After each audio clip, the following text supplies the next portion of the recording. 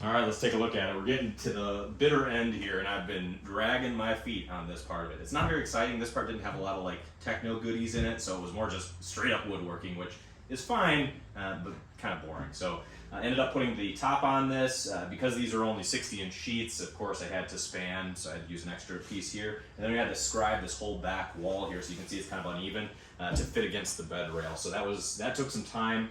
I did end up covering the drawer. You've seen the drawer already in some of my other videos, but basically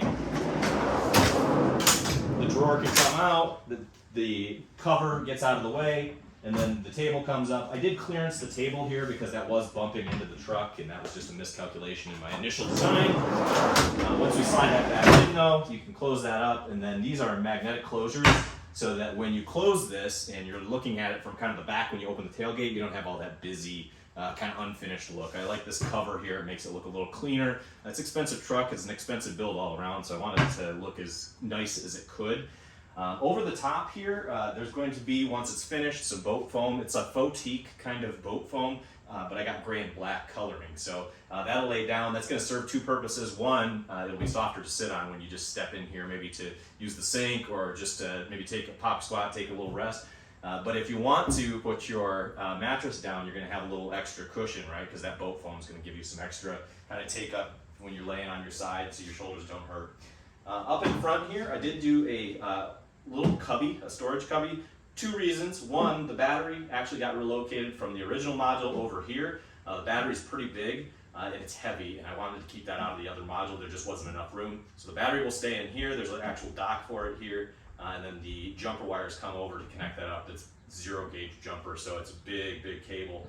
Those will run in, and then you'll sleep on top of that.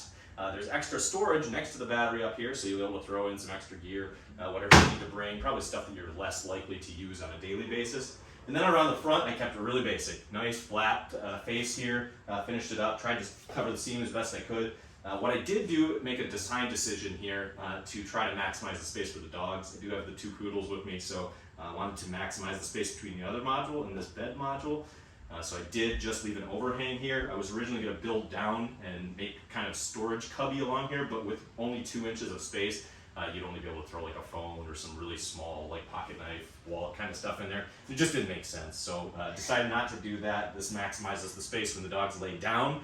They've got like 18 or 19 inches that they can lay between this and the other module. And I think that if we lay them kind of one in front of the other, they should be more comfortable. So finally, this thing is getting to the end. The next step is to tear it all apart again and put the finish on it. So I've got some gray finish, then some spar urethane to weatherproof it, and a whole lot of sanding, and then we'll slide it back into the truck and I'll do a full walkthrough of the build as it is all put together in the back of the truck.